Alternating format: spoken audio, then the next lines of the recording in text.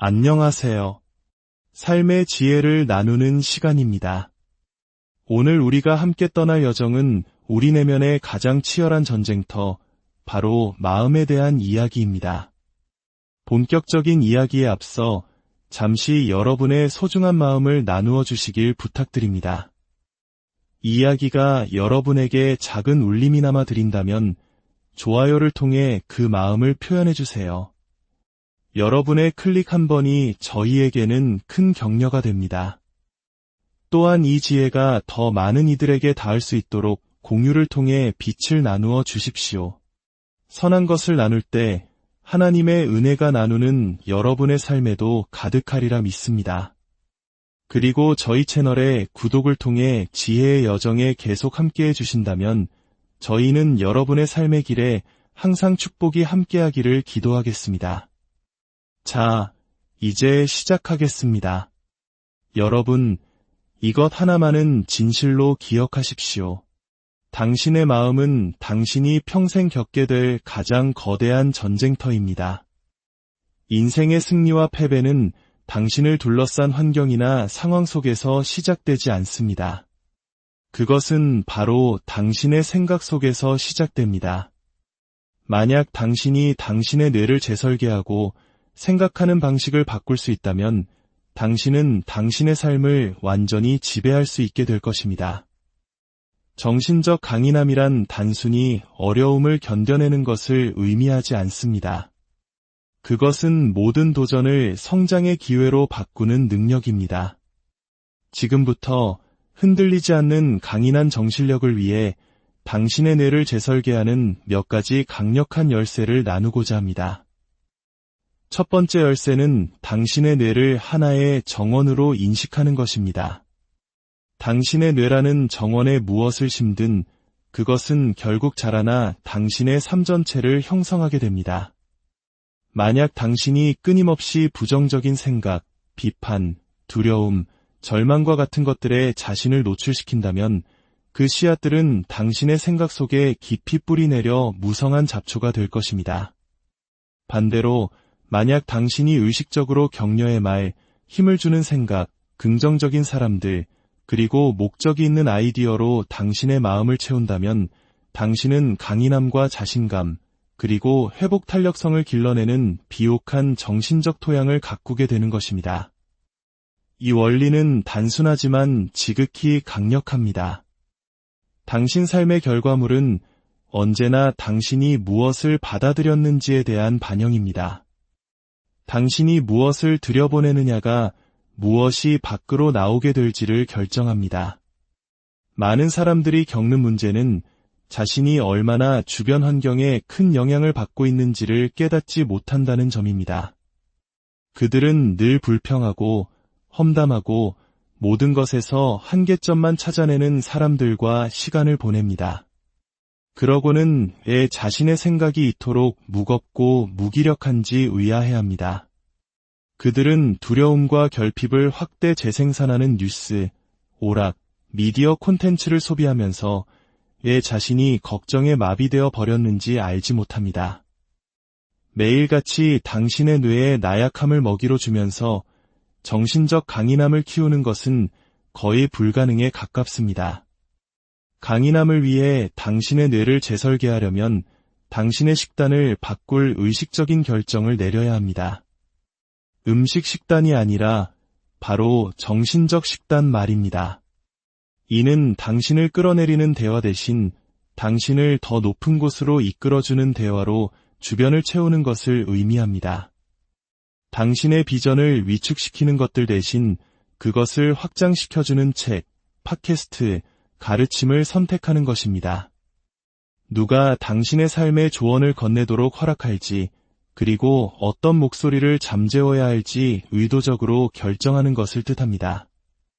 당신의 마음은 아무나 자신의 쓰레기를 버릴 수 있는 쓰레기통이 아닙니다.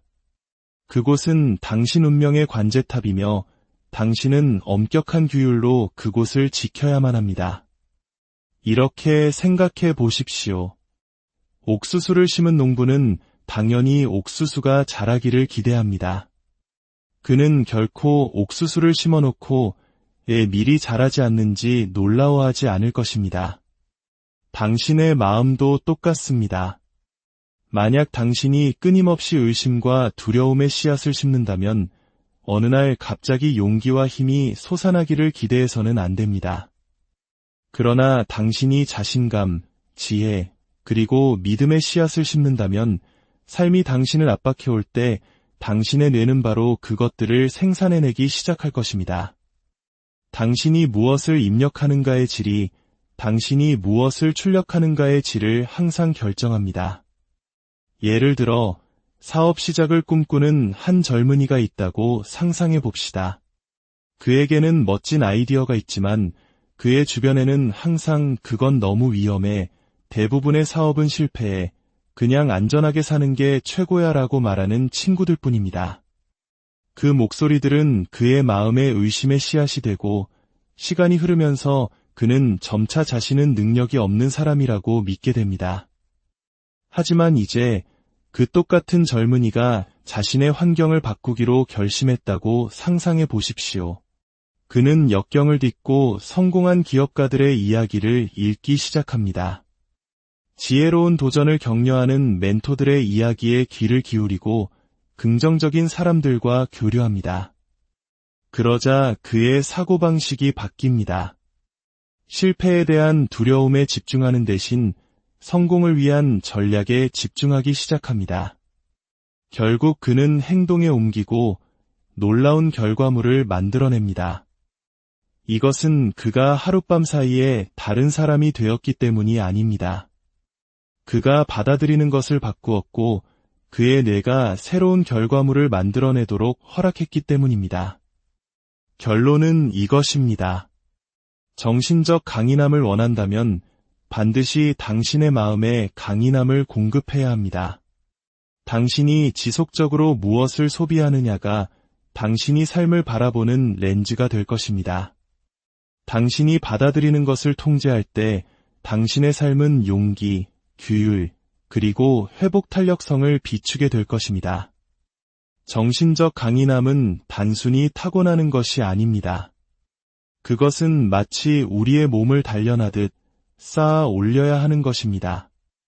꾸준한 저항 훈련을 통해 근육이 성장하듯이 약하고 부정적이며 한계 짓는 생각들에 꾸준히 도전하고 그것들을 대체할 때 당신의 마음은 성장합니다.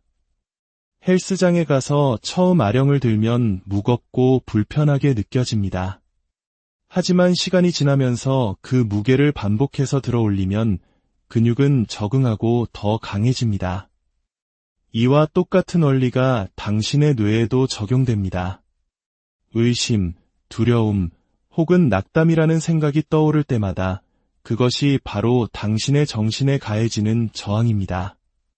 만약 당신이 그 생각이 마음에 머물며 당신을 지배하도록 내버려 둔다면 그것은 당신을 계속 약하게 만들 것입니다. 하지만 당신이 그 생각에 맞서고 밀어내고 더 힘을 주는 생각으로 대체한다면 당신은 효과적으로 정신적 근육을 단련하고 있는 것입니다. 많은 사람들이 겪는 문제는 부정적인 생각이란 바꿀 수 없는 것이라고 여긴다는 점입니다. 그들은 그것들을 재조정해야 할 신호로 인식하는 대신 하나의 진실로 받아들입니다. 어떤 생각이 당신의 마음에 들어왔다고 해서 당신이 반드시 그것을 즐겁게 대접해야 할 의무는 없습니다. 당신에게는 어떤 생각을 머물게 하고 어떤 생각을 내보낼지 결정할 권한이 있습니다. 그리고 이 결정을 반복하는 것이 바로 강인함을 위해 당신의 뇌를 재설계하는 과정입니다. 시간이 흐르면서 부정적인 생각에 도전하는 습관은 새로운 정신적 패턴을 만들어냅니다. 한때는 자동적으로 떠올랐던 의심, 걱정, 자기 비판이 점차 약해지는 반면 자신감, 용기, 그리고 결단력이 당신의 기본적인 마음 상태가 됩니다. 이 훈련의 또 다른 핵심은 일관성입니다. 헬스장에 한두 번 간다고 근육이 생기기를 기대할 수 없듯이 한두 번의 시도만으로 당신의 사고방식이 재설계되기를 기대할 수는 없습니다. 이것은 매일의 연습, 끊임없는 자각, 그리고 의도적인 노력을 필요로 합니다.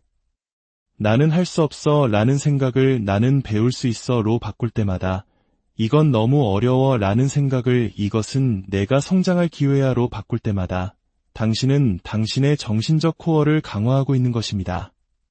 시간이 지나면 이러한 선택들은 포기 대신 인내에 길들여진 뇌를 만들어냅니다. 중요한 시험을 준비하는 학생을 상상해 봅시다. 처음 공부를 위해 책상에 앉는 순간 그의 마음은 나는 절대 이걸 이해하지 못할 거야. 혹은 나는 똑똑하지 않아 와 같은 생각들로 가득 찹니다. 만약 그가 그 생각들에 빠져든다면 그는 공부를 미루고 피하게 될 것이며 결국 좋지 않은 성적을 거두게 될 것입니다.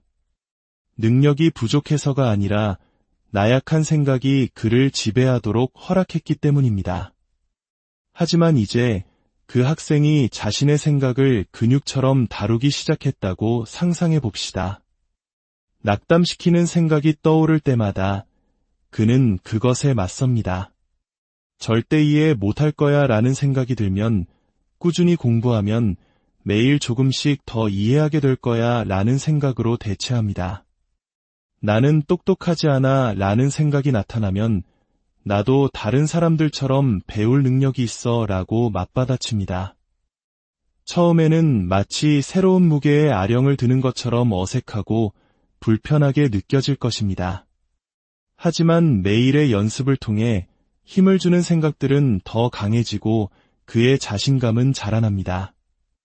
시험을 치를 때가 되면 그의 마음은 패배 대신 진보를 믿도록 설계되어 있고 이것이 그가 최선을 다할 수 있는 힘을 줍니다. 진실은 당신이 부정적인 생각을 완전히 피할 수는 없다는 것입니다. 하지만 당신은 그 생각들에게 지배당하지 않도록 당신의 뇌를 훈련시킬 수 있습니다. 당신의 몸이 압력에 적응하여 더 강해지듯 당신의 마음도 저항에 적응하여 더 강인해집니다. 당신이 이 훈련에 전념할 때 한때 불가능해 보였던 것들이 성취 가능한 것이 됨을 발견하게 될 것입니다. 인생이 더 쉬워졌기 때문이 아니라 당신이 더 강해졌기 때문입니다. 불편함은 인생에서 가장 오해받는 경험 중 하나입니다. 대부분의 사람들은 불편함을 멈추거나 후퇴하거나 자신을 보호하라는 신호로 여깁니다. 하지만 진실은 불편함은 당신의 적이 아니라는 것입니다. 그것은 당신의 가장 위대한 스승입니다. 인생의 모든 의미 있는 성취는 불편함이라는 벽 뒤에 숨겨져 있습니다. 성장은 결코 안전하고 쉽고 익숙한 것의 경계 안에서 일어나지 않습니다. 성장은 당신이 아는 것을 넘어설 때, 자신에게 도전할 때, 그리고 진보와 함께 오는 불안함을 기꺼이 견뎌낼 때 일어납니다.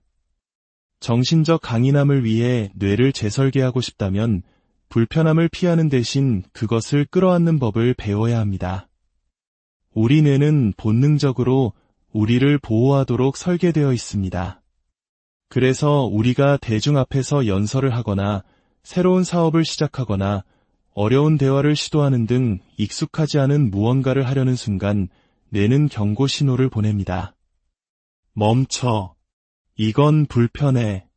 넌 준비가 안 됐어. 하지만 만약 당신이 매번 그 신호에 귀 기울이고 뒤로 물러선다면 당신은 당신의 마음의 불편함을 위험과 연관짓도록 훈련시키는 셈입니다. 시간이 지나면 당신은 확장하는 대신 움츠러드는 습관을 갖게 됩니다. 반면에 불편함에도 불구하고 앞으로 나아간다면 당신은 당신의 뇌가 그것을 다르게 해석하도록 재설계하게 됩니다. 위협으로 보는 대신 뇌는 그것을 성장의 신호로 보기 시작합니다.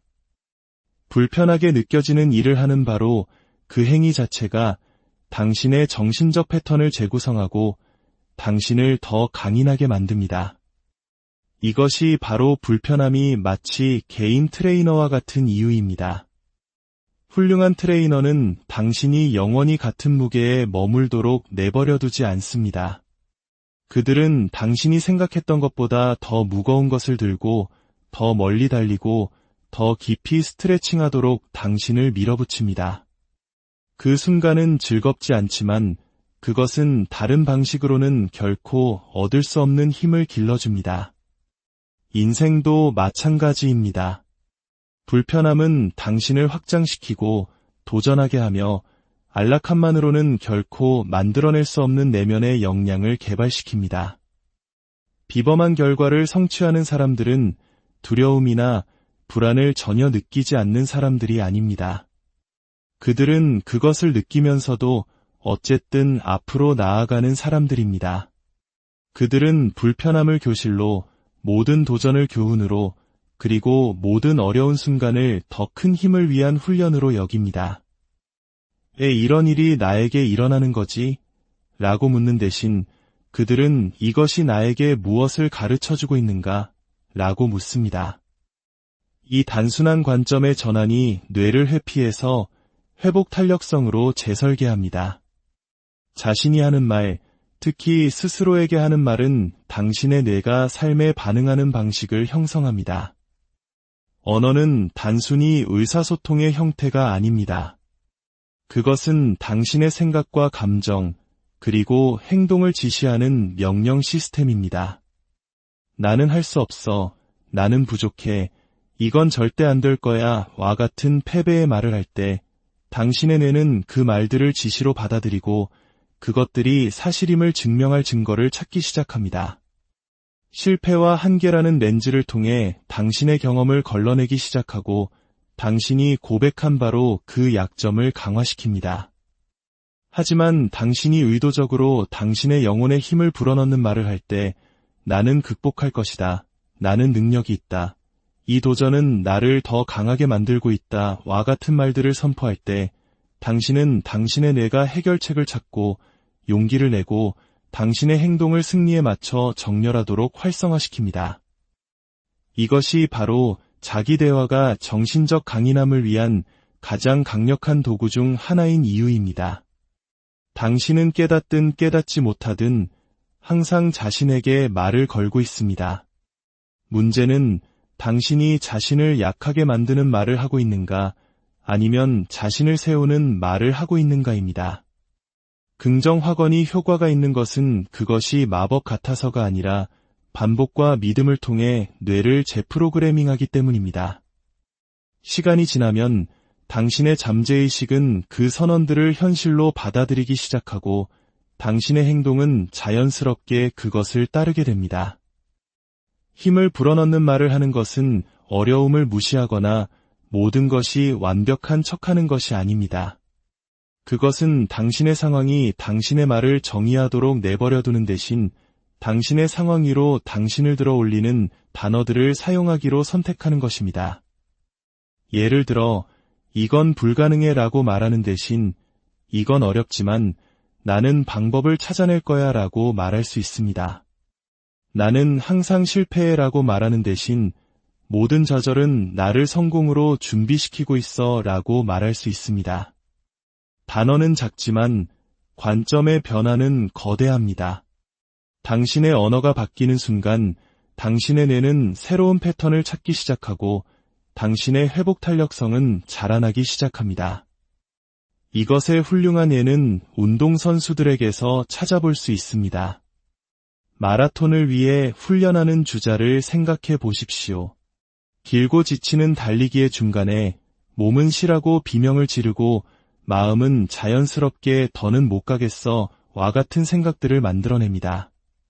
만약 주자가 그 말에 굴복한다면 몸은 느려지고 포기는 불가피해집니다. 하지만 성공적인 주자들은 자신의 영혼에 힘을 불어넣는 말에 힘을 합니다. 그들은 한 걸음씩만 더 나는 이 고통보다 강하다. 나는 이 순간을 위해 훈련해왔다. 와 같은 말들을 되냅니다. 그 말들이 고통을 없애주지는 않지만 주자의 초점을 약점에서 인내로 옮겨줍니다. 뇌는 그 말들을 명령으로 해석하고 계속 나아갈 수 있는 정신적 힘을 방출합니다. 삶도 마찬가지입니다. 패배를 말하면 당신은 패배한 삶을 살게 될 것입니다. 힘을 말하면 당신은 더 강하게 일어설 것입니다. 감사와 관점은 정신적 강인함을 구축하기 위한 가장 강력한 두 가지 도구입니다. 왜냐하면 그것들은 당신의 뇌가 현실을 처리하는 방식을 바꾸기 때문입니다. 인생은 결코 완벽하지 않을 것이고 도전은 항상 나타날 것입니다. 하지만 당신이 그 도전들을 어떻게 해석하느냐가 그것들이 당신을 무너뜨릴지 아니면 당신을 세울지를 결정합니다. 감사는 당신의 뇌가 당신에게 부족한 것보다는 당신이 가진 것에 집중하도록 요구합니다. 그것은 당신의 마음이 결핍 대신 풍요를 보도록 훈련시킵니다.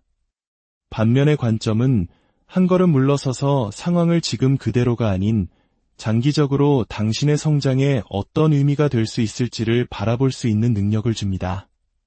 감사와 관점은 함께 인생의 폭풍우 속에서도 흔들리지 않는 강인하고 희망적인 사고방식을 만들어냅니다. 감사를 실천할 때 당신의 뇌는 자동적으로 나쁜 것에 집중하는 대신 좋은 것을 찾아 스캔하기 시작합니다. 과학적으로 이것은 당신의 신경 경로를 재설계하여 낙관주의가 당신의 기본 반응이 되도록 만듭니다.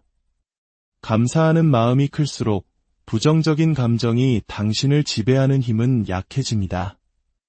여기에 관점을 더하면 당신은 좌절과 실망조차도 숨겨진 가치를 지니고 있음을 인식하기 시작합니다.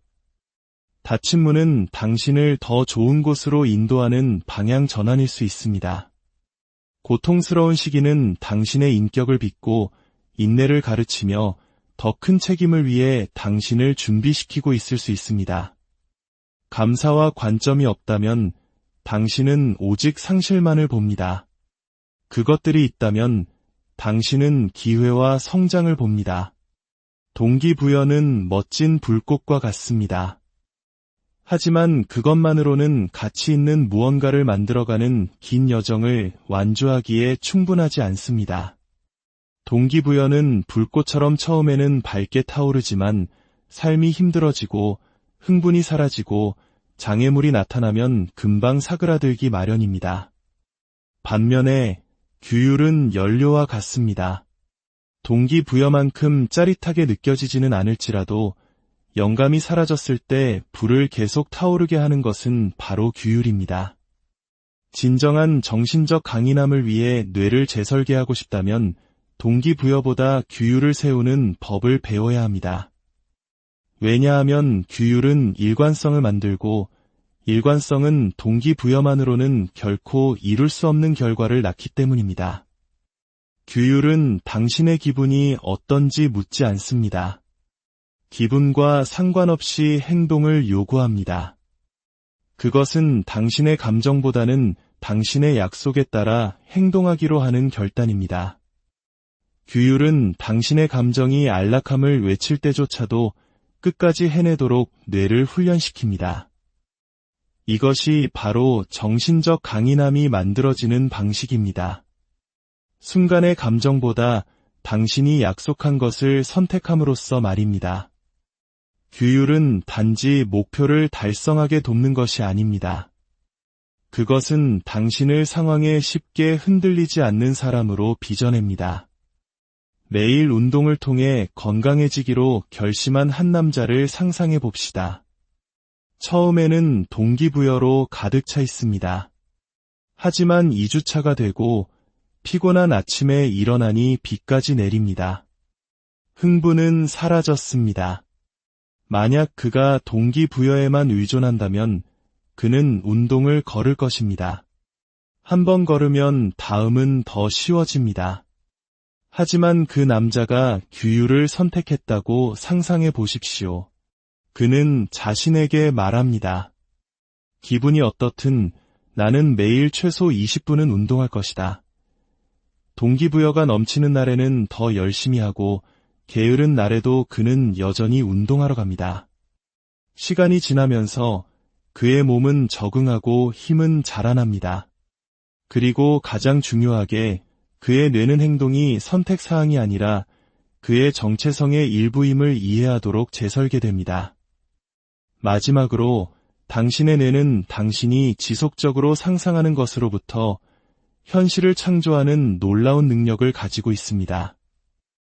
과학은 마음이 생생하게 상상된 경험과 실제 경험을 완전히 구별하지 못한다는 것을 증명했습니다.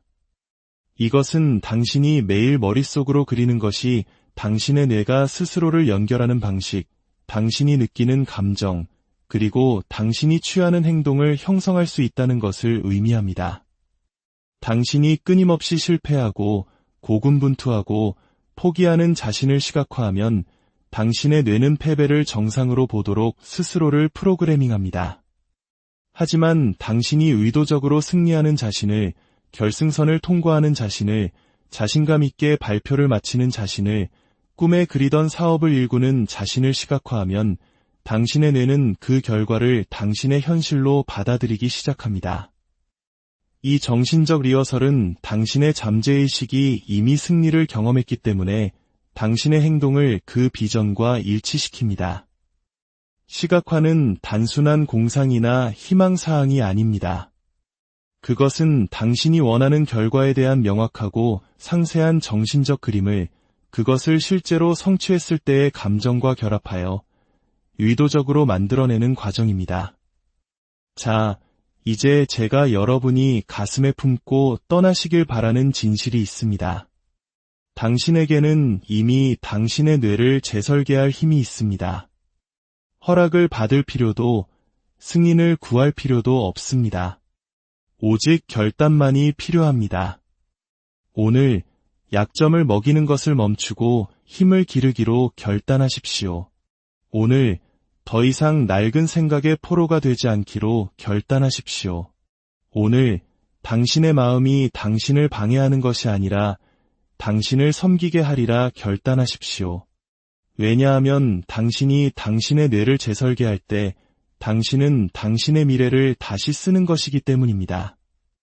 그리고 당신의 가장 강한 버전은 바로 그 결단의 반대편에서 당신을 기다리고 있습니다. 이제 가서 그것을 이룩하십시오. 당신의 삶에 하나님의 평안과